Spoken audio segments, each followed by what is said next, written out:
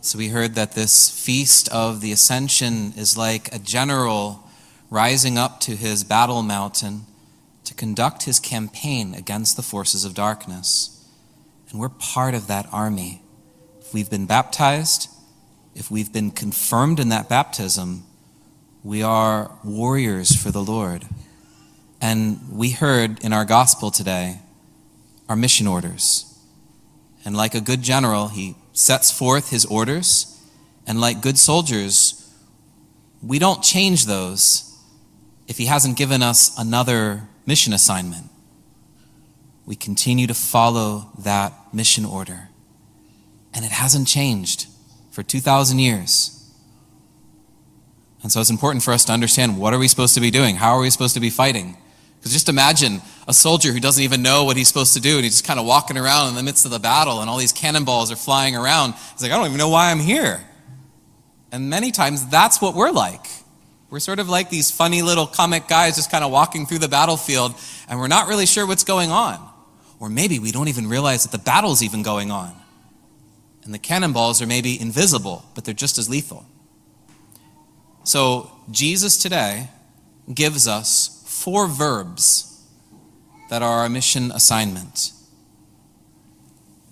Go, make disciples, baptize, and teach. So there's 4 of them. Now, I used to be a Cub Scout leader and a Boy Scout leader, and I love interactive games. And so, we're going to do a little game right now. 100% participation. You can only vote once. If you vote more than once, then no donuts after Mass. If you don't vote, no donuts after Mass. So there's 4 different verbs. And if you read this in Greek, which is the way that it was originally written, and I won't go into all the specifics of it, but there's a grammatical structure that says one of those verbs is the foundation, it's like the soil that the other 3 verbs grow out of. So all of them are important, and they all work together. But there's one of them that's the grounding for all the others. And we're going to vote right now on St. Mary's Jeopardy. So, the first one, remember, you have go, make disciples, baptize, and teach. So those are your 4 possibilities. No double dipping. Raise your hand if you think go is the most important of those 4 verbs. Raise your hand. All right, we got some contestants here. Okay. All right, very good. So there we go. Survey says that. What about make disciples? Okay. What about baptize? Okay. And finally, and hopefully for everyone who hasn't voted yet, maybe this is the one that you're waiting for, teach. Okay. And who here didn't vote? Okay, so you want to know what the one is, right? Make disciples. Make disciples. But isn't it interesting? And every single time that I do this, and I actually got it wrong the first time, so no, don't feel bad about it, because there's actually a powerful message in that needs us to wake up, because I thought that it was go originally. So I was with that group.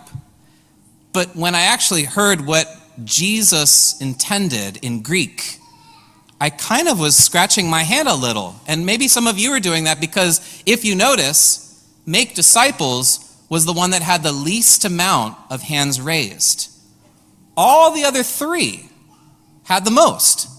And you know what, the 8 o'clock Mass, it was exactly the same. And every single time that I do this, it's exactly the same. But isn't that interesting? That the most important verb in the mission order that Jesus Christ gave us as a church, we actually get it wrong. There might actually be maybe a little bit of an identity crisis here as to what am I called to do? We have to understand this verb, make disciples, Because if we don't get this right, then the way that we go, the way that we baptize, and the way that we teach won't really bear the fruit that we really need. And maybe in former generations, when the whole culture was moving in a Judeo-Christian sort of way, you could kind of hide that. Everyone just kind of going down the stream, so it doesn't really matter. You just teach, you baptize, you go, and you don't really need to worry about making disciples because you just kind of float down the river. But our culture now has the river going the other way, off a waterfall, and the making disciples is learning how to paddle your canoe against the current. It's easy to go down Fox River when you're going the way of the stream. You just can take a nap and just wake up at the end. But to go the other way, up the stream towards Yorkville, you have to use, in Boy Scout terms, is what's called a J-stroke, where you have to go down and you actually have to keep going in order to keep your canoe going against the current and not spinning around. And so we need to learn how to use the Jesus stroke and how to intentionally make disciples that know how to go forth, that how to enter into the sacrament, so they're not just things to get, but they're lifestyles to live, and to be able to teach in such a way that we're not just learning things about Jesus, but we're actually knowing Jesus. You can have an expert who knows about Abraham Lincoln and can tell you everything about his life, but that's different than his wife or his children saying, I know Abraham Lincoln. And many times the way that we teach, the way that we go, the way that we baptize, it kind of inoculates a society to see Jesus as merely some guy kind of out there that doesn't really have meaning for my life. It's kind of like if I were to say, Winston Churchill loves you and he has a plan for your life. You're just kind of like, okay, I understood what you said, but that doesn't really mean anything. Or King Arthur, he has a plan for your life. That's just weird. And that's many times the way that we experience Jesus Christ in our life. He's just kind of this guy out there, and it's like, okay, that's nice, he's just sort of disconnected. So we have to grow disciples that live a relational life with Jesus Christ through the church. So how do we make disciples? Think about how children grow and how they learn from you. They spend time with you. They watch you. They watch how you talk. They watch how you walk. They watch everything about you. And pretty soon they'll become a little mini-me of you. For better or for worse sometimes. I remember my little niece, Maddie, who's now 12. And when she was 2 or 3, some of her early speech was putting her hands on her hips and saying, "Don't test me." And I looked at my sister-in-law and said, "Do you see a little reflection right there?" And she's like, yeah. But there's this way in which, just like children, they grow by just being in proximity with people that influence their life. I remember actually that same little Maddie, she was put in a preschool that had a lot of colorful language being spoken in the midst of it. And you could just imagine what some of her words were coming back home. And my sister-in-law had her eyes bug out and said, "Okay, we're going to a different preschool right now." How you are surrounded and those influences in your life, they shape you. And so I can think in my own life, in growing and being a disciple of the Lord, I had people surrounding me who knew Jesus Christ, not just here, but here. And they lived Jesus Christ. They didn't just say, yeah, Jesus is great, but then they did something else. They were living. And even though they would fall, I would see them live out the humility of saying, I need mercy. And they gave this witness around that influenced me and helped me discover the Lord. And so the whole thing of making disciples is something that's about catching fire. It's about catching a fresh breeze that comes in that you can't even really quantify, but you know that it's there. Isn't that the way that the Spirit is spoken of in the Scriptures? You don't know where it comes from or where it goes, but it moves. And you could see the fruits of the wind twirling up the leaves. And that is the way that the Lord works and allows us to be born again in the Spirit. And so that is what our call is. Whether it's going forth to allow people to encounter the Lord by first encountering him ourselves and being that witness, being that mentor, being that person that's able to influence in the right sort of way. To baptize in the sense of leading people to live the sacraments, not just as though they were things to do, badges to kind of get, like a Cub Scout badge, but actually lifestyles to live. Our baptism is not just a one and done thing. Every single day, just like your marriage vows are not a one and done thing. You don't say, well, I already professed my vows, I don't really need to do that anymore. It's like, no, every single day, every time you wake up, you have to live that out with your words and with your actions. That's what we need to do in baptism. And teaching in such a way that leads people to live faith in Christ. And I'm going to give you a practical example, and this might be one that might be a little challenging. We are coming into the wonderful summer season.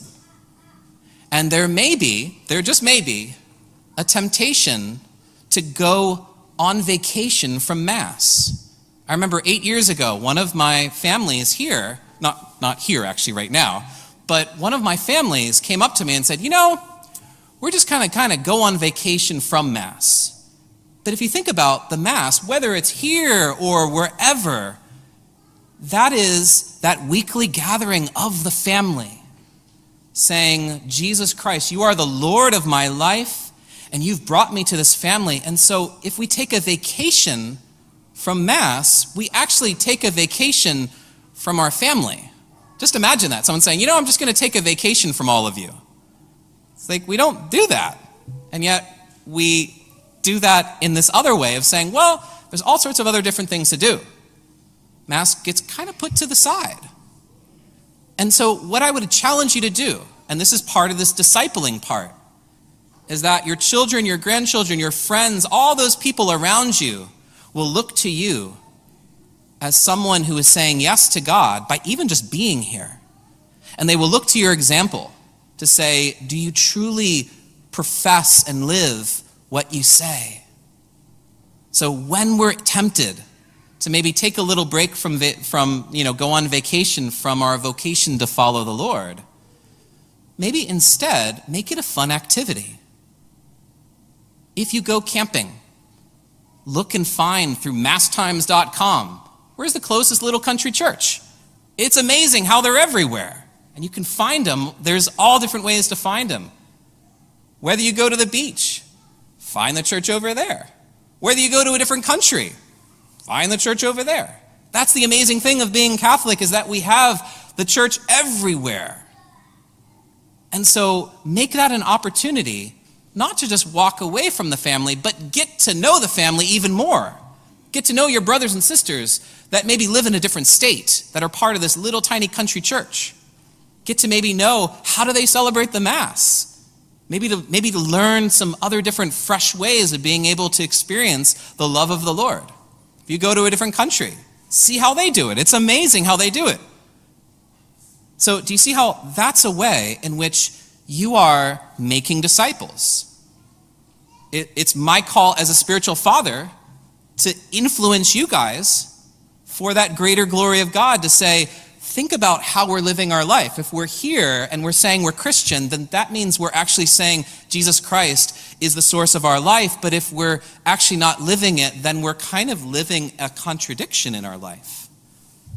And so we need to step up to the challenge. And we need to go living out this witness in our words and in our deeds. So I just encourage you, maybe during the summer, think about creative ways in which you can go. You can live the sacraments, baptize, and you can teach through your example, and all of that will help develop roots in your family, in your marriages, and in your friendships to allow discipleship to grow and to help people learn how to take their canoe paddle and use the J stroke, being able to go upstream, counter-cultural.